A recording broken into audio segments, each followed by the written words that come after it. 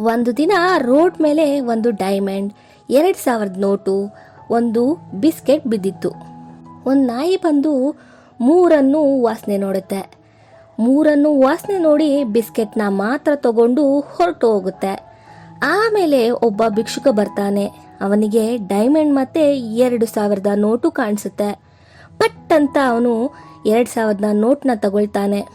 ಈ ಕಲ್ಲು ಯಾರಿಗೆ ಬೇಕು ಅಂತ ಡೈಮಂಡ್ನ ಆ ಕಡೆ ಬಿಸಾಕ್ತಾನೆ. 2000 ನೋಟ್ನ ಜೊತೆ ಅವನ ಗುಡಿಸಲಿಗೆ ಹೋಗ್ತಾನೆ. ನಂತರ ಒಬ್ಬ ಬಿಸ್ನೆಸ್ ಮ್ಯಾನ್ಗೆ ಆ ಡೈಮಂಡ್ ಸಿಗುತ್ತೆ. ಬಿಸ್ನೆಸ್ ಮ್ಯಾನ್ ಹೇಳ್ತಾನೆ, ವಾವ್ ಸೂಪರ್ಬ್, ಇಷ್ಟು ಬೆಲೆ ಬಾಳುವ ವಜ್ರ ಇಲ್ಲಿ ಅಂತ ಅದನ್ನ ಚೆನ್ನಾಗಿ ಬಟ್ಟೆ ತಗೊಂಡು ಒರೆಸಿ ಅದನ್ನ ಸೇಫ್ ಆಗಿ ತಗೊಂಡು ಮನೆಗೆ ಹೋಗ್ತಾನೆ. ದೇವ್ರು ಯಾರ್ಯಾರಿಗೆ ಏನ್ ಸಿಗ್ಬೇಕು ಅಂತ ಬರ್ದಿರ್ತಾನೋ ಅದೇ ಅವರಿಗೆ ಸಿಗೋದು. ಲೈಫ್ನಲ್ಲಿ ಕೆಲವೊಂದ್ಸಾರಿ ನಮಗೆ ಬೇಕೇ ಬೇಕು ಅಂತ ಎಷ್ಟೇ ಪ್ರಯತ್ನ ಪಟ್ಟರೂ ಅದು ಸಿಗಲ್ಲ.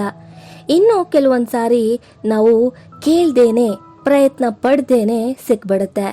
ನಮಗೆ ಸಿಗಬೇಕು ಅಂತಿದ್ರೆ ನಮಗೆ ಸಿಕ್ಕೇ ಸಿಗುತ್ತೆ, ಮತ್ತೆ ಬಂದೇ ಬರುತ್ತೆ.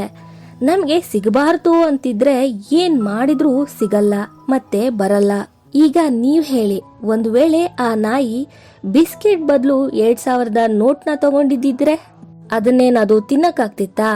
ಇಲ್ಲ ಬೈ ಮಿಸ್ಟೇಕ್ ಆಗಿ ಆ ಡೈಮಂಡ್ನ ತಗೊಂಡು ನುಂಗಿದಿದ್ರೆ ಅದ್ರ ಪ್ರಾಣಕ್ಕೆ ಹೆಚ್ಚು ಕಮ್ಮಿ ಆಗ್ತಿತ್ತೇನೋ ಗೊತ್ತಿಲ್ಲ.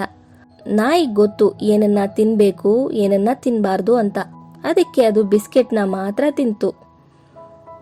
ಒಂದ್ ವೇಳೆ ಆ ಭಿಕ್ಷುಕ ಡೈಮಂಡ್ ತಗೊಂಡಿದ್ದಿದ್ರೆ ಅವನಿಗೆ ಎಷ್ಟು ಅನಾನುಕೂಲ ಆಗ್ತಿತ್ತು. ಅವನು ಎಲ್ ಮಾರ್ತಿದ್ದ? ನಿಜವಾದ ಆ ಡೈಮಂಡ್ನ ಬೆಲೆ ಅವನಿಗೇನ್ ಗೊತ್ತು?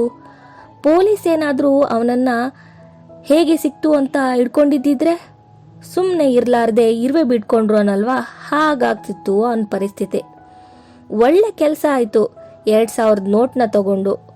1-2-3 ದಿನನಾದ್ರೂ ಹೊಟ್ಟೆ ತುಂಬ ನೆಮ್ಮದಿಯಿಂದ ಊಟ ಮಾಡ್ತಾನೆ. ಮತ್ತೆ ಆ ಡೈಮಂಡ್ ಆ ಬಿಸ್ನೆಸ್ ಮ್ಯಾನ್ಗೆ ಸಿಕ್ಕಿದ್ದೇ ಕರೆಕ್ಟು ಅಲ್ವಾ? ಕೆಲವೊಂದು ಅವರವರ ಅರ್ಹತೆಗೆ ಮತ್ತು ಜ್ಞಾನಕ್ಕೆ ತಕ್ಕ ಹಾಗೆ ಅವರಿಗೆ ಸಿಗುತ್ತೆ. ನೀವು ಈ ಕಥೆಯಿಂದ ಏನ ಕಲ್ತ್ರಿ ಅನ್ನೋದನ್ನ ಕಮೆಂಟ್ ಮಾಡಿ.